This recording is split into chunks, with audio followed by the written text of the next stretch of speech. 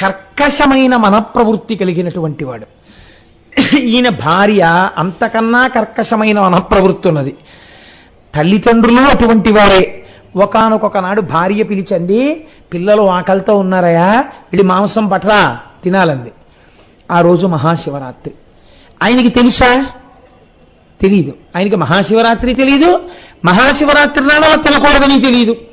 ఇప్పుడు ఆయనకి ఏం తెలుసు? పెళ్ళని చెప్తే వెళ్ళి మాంసం తేవడం తెలుసు. కాబట్టి ధనుర్బాణాలు పట్టుకుని అరణ్యంలోకి వెళ్ళాడు. పొద్దున్నుంచి మధ్యాహ్నం అయిపోయింది, 2 అయిపోయింది, 3 అయిపోయింది, 4 అయిపోయింది. తనతో వెళ్ళేటప్పుడు, వేటగాడు వెళ్ళేటప్పుడు అరణ్యంలో ఎక్కడికి వెడతాడో, దాహం వేస్తుందో తాబేటికాయ కట్టుకుని అందులో నీళ్లు పోసుకుంటారు.